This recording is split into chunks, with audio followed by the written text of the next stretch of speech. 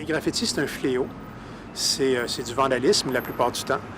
Et puis, les gens sont bien contents quand on leur enlève leurs problèmes. Les graffitis, c'est un problème. On leur débarrasse de leurs problèmes. C'est souvent réglé la même journée.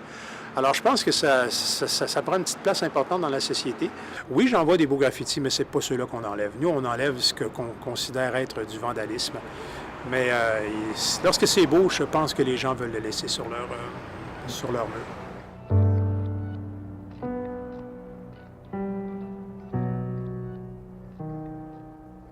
Le graffiti est quelque chose d'aujourd'hui qui est familier dans le paysage urbain des grandes villes et même des villes moyennes, pas simplement les métropoles. Les gens, les citadins sont habitués quand même de voir, de rencontrer des graffitis, peu importe qu'on aime ou qu'on n'aime pas, qu'on trouve que c'est une nuisance ou un apport esthétique à la ville. Il y a des œuvres d'art permanentes qui durent, qui visent la pérennité. Il y en a d'autres. Il y a d'autres formes d'art qui sont éphémères. Le graffiti en est une. Et on pourrait dire que ce qui légitime ou ce qui rend intéressant le graffiti aussi, c'est justement cette éphémérité. Le fait que ça dure un certain temps et qu'il faut le voir quand il existe à quelque part. Est-ce qu'on doit dire c'est beau ou laid? Je ne sais pas si on se pose la question comme ça, mais c'est parlant et ça dit quelque chose. Alors, il y a un intérêt, comme ça. Bien sûr, il y a des œuvres qui sont immenses, il y a des dessins, enfin, c'est plutôt des peintures tridimensionnelles avec des couleurs, une composition incroyable que des équipes de graffiteurs, généralement, font d'ailleurs, là, pour reproduire ça sur le mur. Alors là, évidemment, peut-être que le propriétaire des murs va être choqué de voir ça sur son mur, mais là, on peut faire une appréciation quand même des œuvres, parce qu'il y en a effectivement des très belles, puis il y en a évidemment des moins bien réussies. Le graffiti, à la base, c'est vraiment le travail de la lettre, c'est le travail de l'alphabet, c'est aller chercher le A et puis essayer de le déformer, de le casser pour essayer de lui trouver un côté esthétique un peu différent. Puis moi, j'étais très mauvais à ça, j'avais aucune imagination pour travailler à la lettre. Et puis, comme je dessinais beaucoup de personnages, je me suis dit, j'ai mon beurre à faire dedans, j'ai quelque chose à faire dedans. Donc, c'est ça, quand j'ai commencé à peindre, je faisais des petits personnages vite fait. Et puis, au fur et à mesure, c'est devenu mon style en tant que tel, quoi. En tout cas, moi, dans ma démarche, j'ai pas tellement de messages quand je vais peindre une camionnette ou quand je vais peindre sur des voies ferrées. J'ai pas de démarche, je pense pas à dire, ok, je veux que le gars de la SNCF ou le gars de la STM, quand il va voir mon graphe, il va se dire, waouh, il est bon. Non, tu vois, je veux juste comme peindre, montrer que je suis là, revendiquer le fait que je fais partie d'un collectif. Puis ça peut paraître très égoïste, mais ça fait partie de la démarche, tu vois. Ça fait partie aussi du travail en tant que graffeur. Ce qui pousse des graffitistes ou des taggeurs ou des protagonistes du street art à aller dans la ville la nuit, à trouver des espaces un peu inédits, à escalader parfois au péril de leur vie. Hein? On le sait, des anciennes infrastructures industrielles, vraiment presque à l'état de ruine. On le sait, ils escaladent parfois et ils n'ont pas vraiment de protection, ils pourraient tomber et se tuer presque. Ce qui les pousse, c'est l'aventure, c'est le sens de l'aventure. Hein? Le fait de faire un peu de la ville un lieu d'exploration. Je dis bien que le graffiti est à la frontière entre l'individu et la culture. On ne sait plus ce qui appartient à l'individu et à la culture parce qu'il y a tellement de motifs différents qui poussent les personnes à faire des graffitis que des fois on se demande s'il y a une logique sociale derrière celle-là.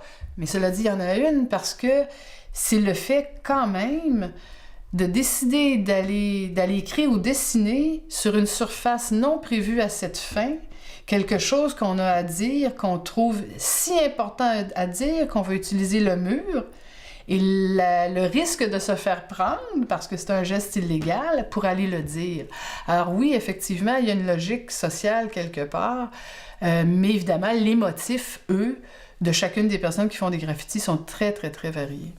L'art abstrait, dès que j'ai commencé à faire ça m'a accroché et ça m'a poussé à développer un style. Travailler la peinture et la rendre abstrait, ça te force à la laisser pure et raw, et ça m'a forcé à développer un style qui est vraiment graphique, graffiti, linéaire, et je me force pas trop d'aller dans un style, j'aime ça me diversifier. Cette technique-là elle est au service à la fois de l'expression de l'individu qui la maîtrise, qui l'apprend, mais elle est aussi au service d'un désir, au fond, d'embellir à la limite la ville. Donc, alors, il y a une dimension à la fois qui peut être à la fois très personnelle, très égocentrique, très primaire, hein, le geste de simplement marquer sa présence, qui est presque narcissique. Et il y a aussi l'autre finalité qui est plus collective, peut-être plus altruiste, qui est plus artistique, si vous voulez, dans ce sens-là, c'est-à-dire l'idée d'une communication. C'est-à-dire que je fais un graffiti parce que je m'adresse à autrui et je prétends que mon graffiti est quelque chose qui va susciter une adhésion esthétique de la part d'autrui, que quelqu'un d'autre que moi peut trouver ça stimulant, visuellement intéressant, peut y trouver son compte, au fond.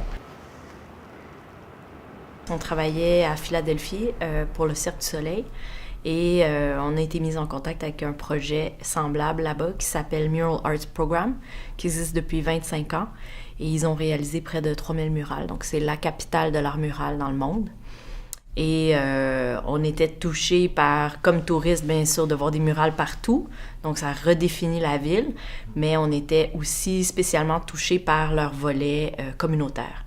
Donc, comment ils incluent toutes les communautés autour dans les projets. Alors, c'est ce qui nous a inspiré de partir un volet semblable à Montréal.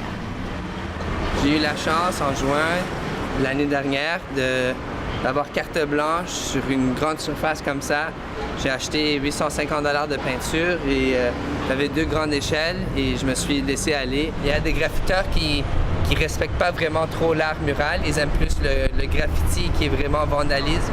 Alors, ces personnes-là, peut-être qu'ils respectent pas exactement les murales. Et moi, j'essaye de les combattre un petit peu en peinturant par-dessus leur tag aussitôt que possible. Est-ce qu'il peut être bénéfique pour la société? Je ne sais pas si je le dirais comme ça, mais je dirais qu'en tout cas, c'est un symptôme de la société. Et un symptôme peut être bénéfique parce que tu t'aperçois d'une maladie, là, s'il y a un symptôme. Donc, tu sais que tu peux aller soigner quelque chose. J'ai déjà eu l'occasion de travailler pour une commission scolaire, enlever des graffitis sur une école à Saint-Jérôme. C'est une très, très grosse école. Et puis, écoutez, il y en avait assez pour faire une journée complète de travail à 2 hommes. Et on a commencé à une extrémité, puis quand on a fait le tour d'école, puis qu'on est revenu à notre point de départ, où on était le matin, les graffitis avaient déjà recommencé dans la même journée. Alors les jeunes nous avaient vus les enlever et avaient déjà recommencé dans la même journée.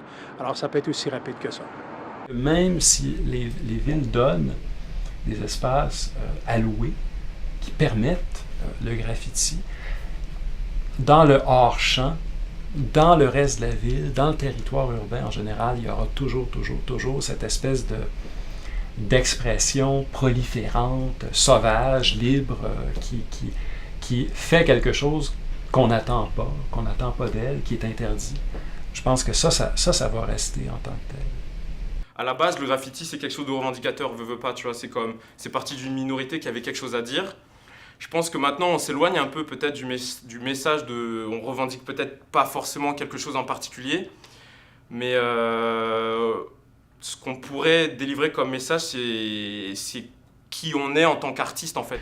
On le sait, des philosophes, des anthropologues, des psychologues aussi, ont bien expliqué que ce qui mobilise, qui motive l'être humain, entre autres, c'est le besoin, le désir de reconnaissance, d'être reconnu en tant que tel. Alors même si c'est anonyme, même si on ne connaît pas l'auteur du graffiti, on sait que quelqu'un a fait ça.